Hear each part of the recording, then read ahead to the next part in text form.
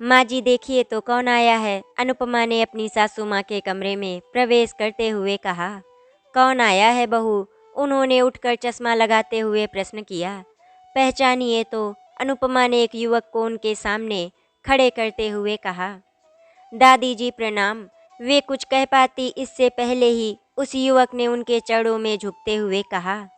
तू राज है? हाँ दादी मैं राज। अरे वही तो, बहुत दिन बाद आया है। कैसी चल रही है तेरी पढ़ाई? उसे अपने पास बिठाते हुए माँ जी ने कहा। दादी माँ पढ़ाई अच्छी चल रही है, आपके आशीर्वाद से नौकरी भी मिल गई है। पढ़ाई समाप्त होते ही मैं नौकरी ज्वाइन कर लूँगा। सेमेस्टर समाप्त होने पर हफ्ते भर की छुट्टी मिली थी, इसीलिए आप सबसे मिलने चला आया। ये तो बहुत खुशी की बात है। सुना बहू, राज को नौकरी मिल गई है। इसका मुंह तो मीठा करा दे, और हाँ, चाय भी बना लाना। माँ जी के निर्देशानुसार अनुपमा रसोई में गई।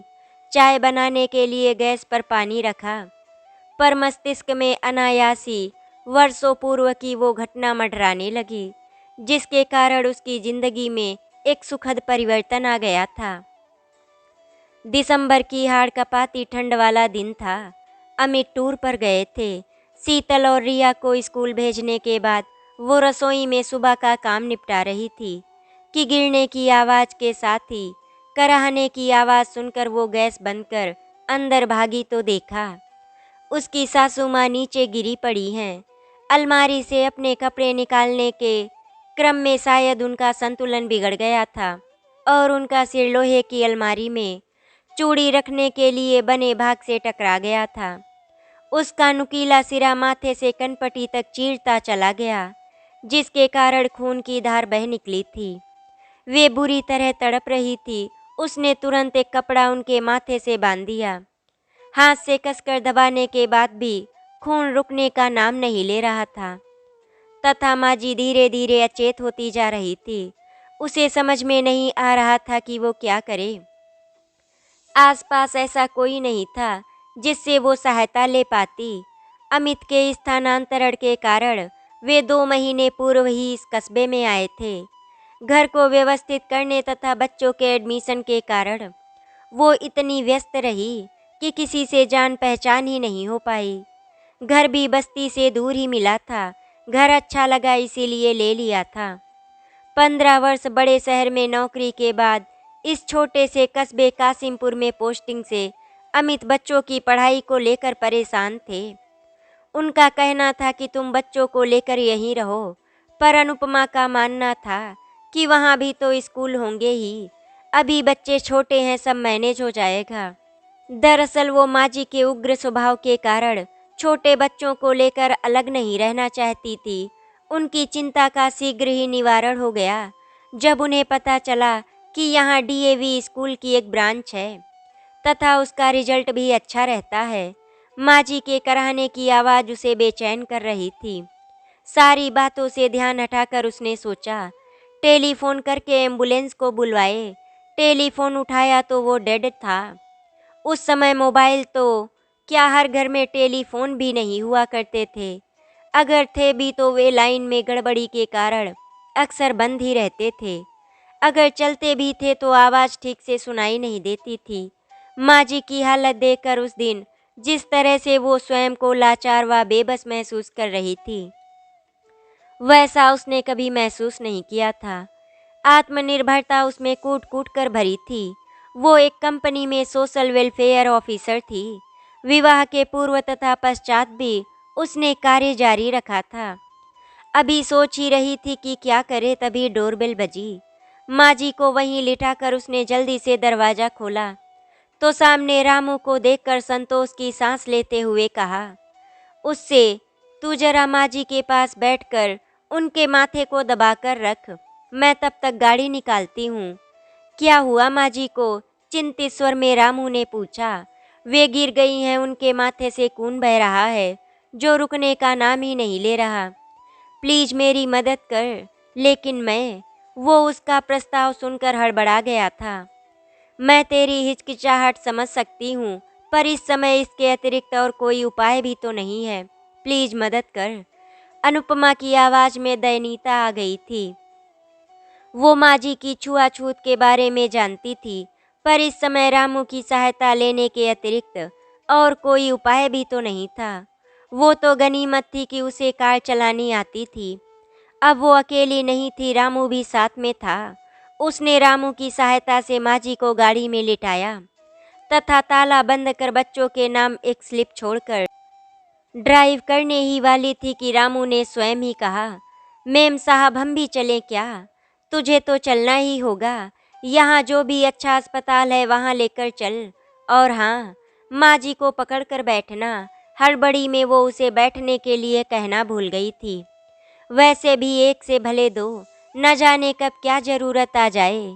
नई जगह भाग दौड़ के लिए एक आदमी साथ रहेगा तो अच्छा है।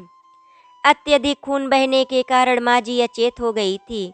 घबराहट में वो भूल ही गई थी कि यदि कहीं खून निकल रहा हो तो उस स्थान पर बर्फ रख देने से खून के बहाव को रोका जा सकता है।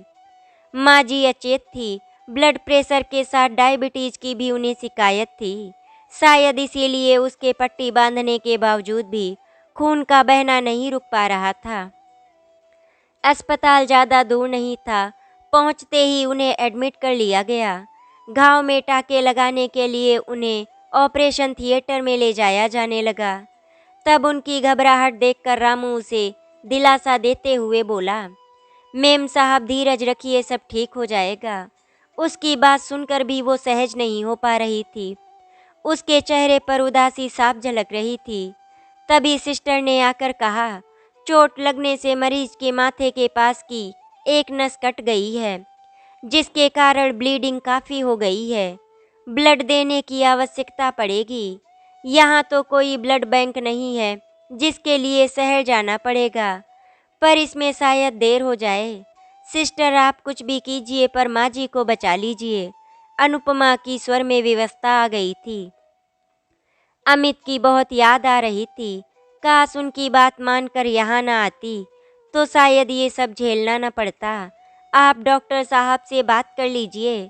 डॉक्टर साहब से बात की तो उन्होंने कहा, स्थिति बहुत गंभीर है। अगर आपकी स्वीकृति हो तो हम फ्रेश खून चढ़ा देंगे, वरना आप मेरा खून चेक कर लीजिए डॉक्टर साहब, पर माँ जी को बचा लीजिए। मेरा भी डॉक्टर साहब, रामू ने कहा। आखिर रामू का खून माँ जी के खून से मैच हो गया। अनुपमा से स्वीकृति पत्र पर हस्ताक्षर करने के लिए कहा गया। भरे मन से उसने उस पर हस्ताक्षर कर दिए, क्योंकि इसके अलावा कोई और चारा नहीं था। माँ जी को जब रामू का खून चढ़ाया जा रहा था तब वो सोच रही थी, जिस आदमी को माँ जी सदा हीन और अछूत समझकर उसका तिरस्कार करती रही थी, वही आज उनके प्राणों का रक्षक बन गया है। घर में बेडरूम से अटैच बाथरूम को धोने के लिए ड्राइंग रूम को पार करते हुए बेडरूम में घुसकर ही बाथरूम जाया जा सकता था। 3 बेडरूम का मकान होने के कारण अलग से पूजा घर नहीं बना पाए थे। स्टोर रूम में ही मंदिर रखकर पूजा घर बना लिया था, पर स्टोर भी इतना बड़ा तथा हवादार नहीं था कि उसमें कोई इंसान 2 घंटे बैठकर पूजा कर पाए। वैसे भी सुबह कई बार उसे स्वयं ही कोई न कोई सामान निकालने स्टोर में जाना ही पड़ता था, जिससे माँ जी की पूजा में विघ्न पड़ता था। माँ जी ऐसी ढकोसलेबाजी में कुछ ज़्यादा ही विश्वास रखती थी, इसीलिए आरती करके वे बेडरूम में ही कुर्सी डालकर पूजा किया करती थी। जिस समय रामू सफाई करने आता वही उसका पूजा का समय रहता था। कई बार उससे उस समय आने के लिए मना किया, पर उसका कहना था 9 से 5 बजे तक मेरी नगर निगम के ऑफिस में ड्यूटी रहती है। यदि इस समय सफाई नहीं कर पाया तो शाम के 5 बजे के बाद ही आ पाऊंगा। मजबूरी के चलते उसका आना उसी समय होता था। उसके आते ही माँ जी उसे हिराकत की नज़र से देखते हुए अपनी साड़ी के पल्लू से अपनी नाक ढक लेती थी तथा उसके जाते ही जहाँ जहाँ से उसके गुजरने की संभावना होती, पोछा लग जाने के बाद भी फिर पोछा लगवाती तथा गंगा जल छिड़क कर स्थान को पवित्र करने का प्रयास करते हुए वो ये कहने से बाज नहीं आती थी कि इससे तो मेरी पूजा ही भंग कर दी। अनुपमा चाहकर भी नहीं कह पाती थी कि वो भी तो एक इंसान है। जैसे अन्य अपना काम करते हैं वैसे ही वो भी अपना काम कर रहा है। अब उसके आने से उसकी पूजा कैसे भंग हो गई? उन्हें समझाना उसके क्या अमित के बस में भी नहीं था। वैसे भी 2 पुत्रियों के बाद फैमिली प्लानिंग का ऑपरेशन करवाने के कारण अनुपमा उन्हें फूटी आंख भी नहीं सुहाती थी। दरअसल माँ जी को लगता था कि इस निर्णय के पीछे अनुपमा का हाथ है। किसी भी माँ को अपना पुत्र कभी गलत लगता ही नहीं है। अगर कहीं कुछ गलत हो रहा है तो वो पुत्र नहीं बहू के कारण हो रहा है। शायद इसी मनोस्थिति के कारण सास बहू में सदा 36 का आंकड़ा रहता है। अपने इस आक्रोश को जब तब छोटी छोटी बात पर उसे जली कटी सुनाकर निकालती रहती थी। वो तो अभ्यस्त हो चली थी, लेकिन जब वे शीतल और रिया को अपने आक्रोश का निशाना बनाती तब उससे सहन नहीं होता था। लेकिन फिर भी वो घर में अशांति ना हो या जैसी भी है अमित की माँ है सोचकर वो अपने क्रोध को शांत करने का प्रयास करती थी। लेकिन शीतल और रिया चुप नहीं रहती थी। यही कारण था कि उनकी अपनी पोतियों से भी नहीं बना करती थी। रामू तो रामू, काम वाली कमला की 5 वर्षीय बेटी भी यदि गलती से उनसे छू जाती तो उसे भी वे कोसने से नहीं चूकती थी। तुरंत साड़ी बदलती, काम वाली के धोए बर्तन वे फिर पानी से इसीलिए धुलवाती कि कहीं उसने प्राकृतिक मासिक चक्र के दौरान बर्तन ना धो दिए हो। अनुपमा सोचती, जिस चीज के कारण प्रकृति ने औरत को नारीत्व होने का सबसे बड़ा गौरव दिया, भला उसके कारण वो अपवित्र कैसे हो सकती है। वैसे काम वाली को सख्त हिदायत थी कि इन दिनों वो काम नहीं करेगी, पर फिर भी उन्हें विश्वास नहीं था। उनके इस विचार के कारण कामवाली को 4 दिन की अतिरिक्त छुट्टी देनी पड़ती थी। व्यर्थ के बड़े इन कामों के कारण कभी कभी मन आक्रोश से भर उठता था, पर घर की सुख शांति के लिए संयम बरतना उसकी मजबूरी थी। वो जानती थी कि अमित को भी ये सब पसंद नहीं है, पर माँ के उग्र स्वभाव के कारण वे भी चुप रहते थे। कभी वे कुछ कहने का प्रयास करते तो तुरंत कहती, हम सरयू पारीय ब्राह्मण है, तुम भूल कर सकते हो पर मैं नहीं। आज अगर तुम्हारे पिताजी होते, तुम्हारे घर का दाना पानी भी ग्रहण नहीं करते। प्रकृति मुझे न जाने किन पापों की सजा दे रही है। इसके साथ ही उनका रोना प्रारंभ हो जाता। अमित के पिताजी गांव के मंदिर में पुजारी थे। 4 पीढ़ियों से चला आ रहा ये व्यवसाय उन्हें विरासत में मिला था। प्रकांड विद्वान होने के कारण आसपास के अनेक गांवों में उनकी बेहद प्रतिष्ठा थी। दान स्वरूप प्रचुर मात्रा में मिले धन के कारण धन दौलत की कोई कमी नहीं थी। पुरखों की जमीन अलग से धन वर्षा करती रहती थी। एक दिन वे ऐसे सोए कि उठ ही नहीं पाए। अमित परिवार में सबसे बड़े थे। दोनों भाई बाहर हॉस्टल में रहकर पढ़ रहे थे। कोई भी भाई अपने परिवार का पुश्तैनी व्यवसाय यानी पंडिताई तथा खेतीबाड़ी अपनाने को तैयार नहीं था। इसीलिए सब कुछ बेचकर तथा खेती को बटाई में देकर वे माँ को लेकर चले आए। उस समय शीतल 2 वर्ष की थी। उसके कारण सर्विस में भी समस्या आने लगी थी। माँ जी के आने से उसे लगा कि अब शीतल को संभालने में आसानी होगी, पर हुआ उसका उल्टा ही। दंभी और उग्र स्वभाव होने के साथ उनकी टोका टाकी तथा छुआछूत की आदत के कारण कभी कभी उसे लगता था कि उसका सांस लेना ही दूभर हो गया है। इसके साथ उनका एक ही जुमला दोहराना कि हम सरयू पारीय ब्राह्मण हैं, तुम भूल सकते हो पर मैं नहीं, उसे अपराध बोध से जकड़ने लगा था। गलती शायद उनकी भी नहीं थी। बचपन से जो जिस माहौल में पला बड़ा हो, उसके लिए इन सबको एकाएक छोड़ पाना संभव ही नहीं है। इन हालात में घर संभालना ही कठिन हो रहा था। इसीलिए नौकरी से त्याग पत्र दे दिया। 3 दिन तक माँ जी को आईसीयू में रखा गया। दवाओं के बावजूद वे स्टेबल नहीं हो पा रही थी। डॉक्टर इस चिंता में थे कि कहीं इसका कारण उनको दिया गया खून तो नहीं है। शायद उनका शरीर उसे स्वीकार नहीं कर पा रहा है। रामू लगातार माँ जी को देखने आता रहा था। जब भी अनुपमा घर जाती तब वो उसके पास बैठा रहता। शीतल और रिया की परीक्षाएं चल रही थी। अंतिम 2 पेपर बाकी थे, इसीलिए वे भी उसके पास ज़्यादा देर तक नहीं बैठ पा रही थी। सच तो ये है कि रामू के कारण वो संकट की इस घड़ी को आसानी से पार कर पाई थी। अमित भी सूचना पाकर शीघ्र लौट आए थे। आखिर 5वें दिन उनकी हालत में थोड़ा सुधार आना प्रारंभ हुआ। तब जाके चैन आया। माँ जी को आईसीयू से प्राइवेट वार्ड में शिफ्ट कर दिया गया। उसी दिन शीतल और रिया के पेपर समाप्त हुए थे। वे भी माँ जी से मिलने आई थी। उसी समय रामू भी माँ जी का हालचाल लेने पहुँच गया। उसे देखते ही शीतल ने माँ जी की ओर देखते हुए कहा, दादी, रामू की सहायता से ही मम्मी आपको अस्पताल लेकर आ पाईं। क्या इसने मुझे छुआ? माँ जी ने हकबका कर कहा। दादी, रामू ने छुआ ही नहीं, आपको अपना खून भी दिया, रिया ने कहा। क्या कहा तूने? इसका खून मुझे चढ़ाया गया। हाँ दादी, अगर ये नहीं होता तो आपको खून नहीं मिल पाता। इसका खून मुझे क्यों चढ़ाने दिया? इससे तो मुझे मर ही जाने देते, माँ जी ने लगभग रुआसे स्वर में कहा। ये सुनकर रामू ने सिर झुका लिया तथा बिना कुछ कहे चला गया। माँ, मेरी अनुपस्थिति में इसने तुम्हारी सेवा की। जो काम मुझे करना चाहिए वो इसने किया। इसका हमसे कोई संबंध नहीं है तो सिर्फ इंसानियत का, और तुम इसे गलत समझ रही हो। तुम्हें इसके खून से परहेज है क्योंकि तुम्हारी नज़रों में वो नीच जाति का है।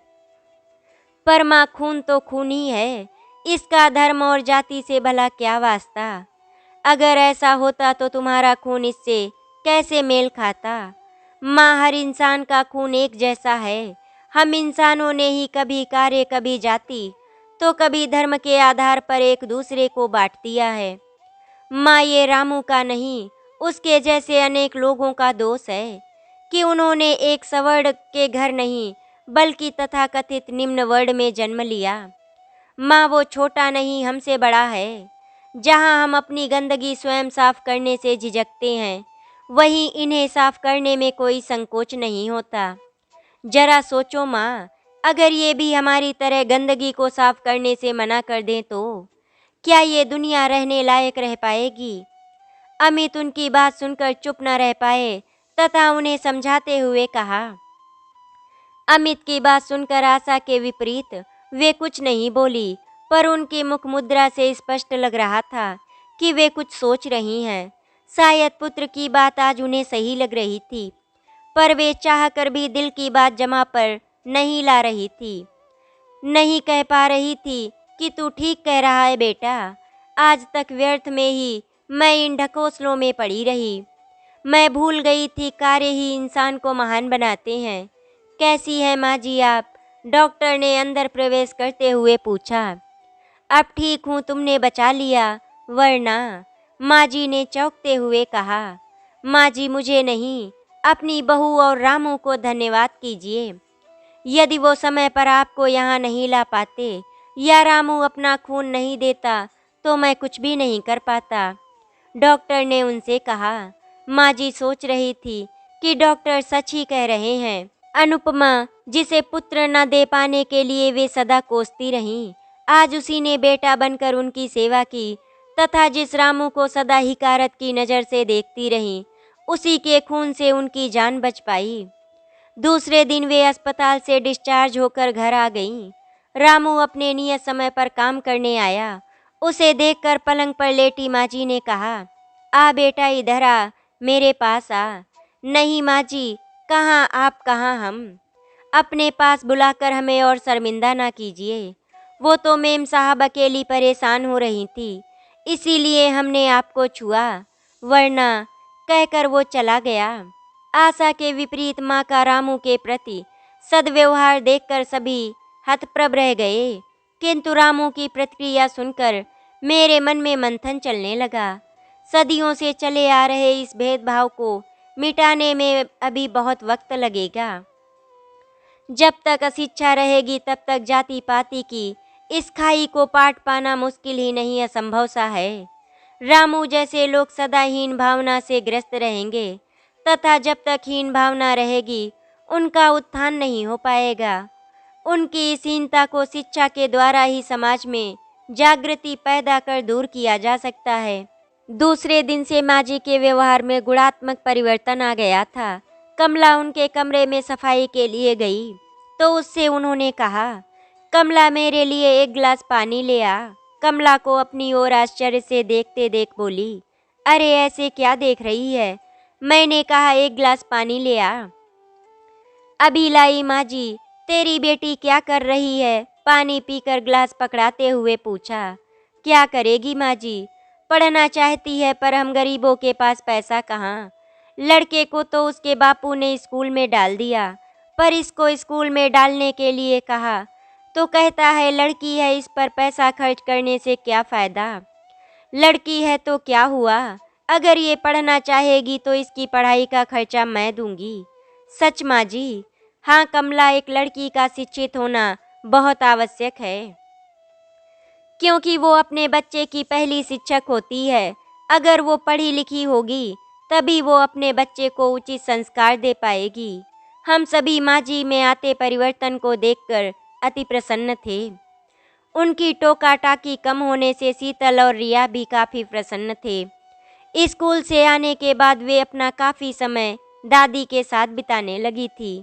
यहाँ तक कि एक दिन उन्होंने अनुपमा से भी कहा, अनुपमा अगर तू कोई काम करना चाहती है तो कर ले, घर मैं देख लूँगी। कमला तो है ही।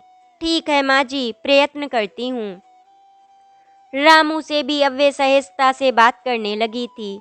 एक दिन रामू खुशी खुशी घर आया और बोला, मेम साहब आज मैं काम नहीं करूँगा, बहू को अस्पताल ले जाना है, वो पेट से है, दर्द उठ रहे हैं।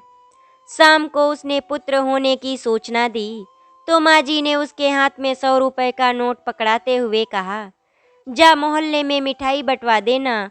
उसके जाने के पश्चात अनुपमा को 500 रुपए देते हुए सासू माँ ने कहा, बहू इन रुपयों से बच्चे के लिए कपड़े ले आना। एक दिन उन्होंने अमित से कहा, बेटा रामू के लिए तो मैं कुछ नहीं कर पाई, पर सोचती हूँ उसके पोते के लिए ही कुछ करूँ। आप क्या करना चाहती हैं? मैं चाहती हूँ कि इसकी पढ़ाई का खर्चा भी मैं उठाऊँ। इसका दाखिला भी किसी ऐसे वैसे स्कूल में नहीं, बल्कि अच्छे स्कूल में हो, तथा तुम स्वयं समय समय पर ध्यान दो। ठीक है माँ, जैसा आप चाहती हो वैसा ही होगा। पर क्या बेटा, तू सोच रहा होगा कि मेरे अंदर इतना परिवर्तन कैसे आया। बेटा, मानव मन जितना चंचल है उतना ही परिवर्तनशील। उस दिन की घटना के बाद से मेरे मन में हर दिन उथल पुथल होने लगी है। जितना सोचती हूँ उतनी ही मुझे अपने कर्म धिक्कारते प्रतीत होते हैं। जिस बहू को सदा नकारती रही उसने मेरी बेटी की तरह सेवा की। रामू जिसे सदा तिरस्कृत करती रही उसने मेरी जान बचाने के लिए अपना खून तक दिया। और जिस नातिनों को लड़की होने के कारण कभी प्यार के लायक नहीं समझा, उन्होंने मेरा प्यार पाने के लिए क्या कुछ नहीं किया, पर अपनी मानसिकता के कारण उनके निस्वार्थ प्यार को नकारती रही। मैं प्रायश्चित करना चाहती हूँ बेटा, तुमने ठीक कहा था। सभी इंसान एक जैसे ही होते हैं।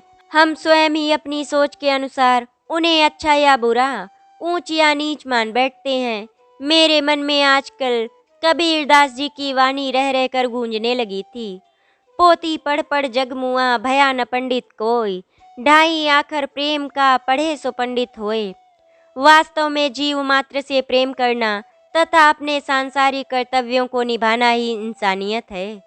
जब से मुझे सहज मानव धर्म समझ आया, तब से मैंने मन ही मन निश्चय किया कि मैं स्वयं में बदलाव लाने का प्रयत्न करूंगी। व्यर्थ के रीति रिवाज या ढकोसलों को, जिनकी वजह से दूसरों को दुख पहुंचता है, अपने मन से निकालने का प्रयत्न करूंगी। मैं प्रायश्चित करना चाहती हूँ।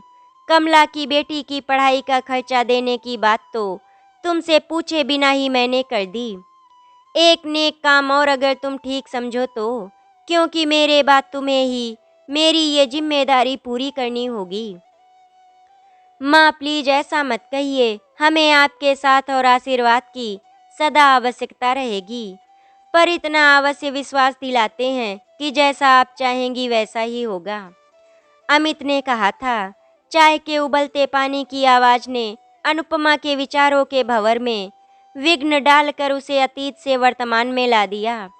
विचारों को झटक कर शीघ्रता से नाश्ता निकाला, चाय बनाकर कप में डाली तथा कमरे की ओर चल दी। माँ जी को राज को अपने हाथों से मिठाई खिलाते देखकर वो सोच रही थी, रिश्ते खून के नहीं दिल के भी होते हैं। अगर ऐसा ना होता तो इतने वर्षों बाद हम सब एक दूसरे से जुड़े नहीं रहते।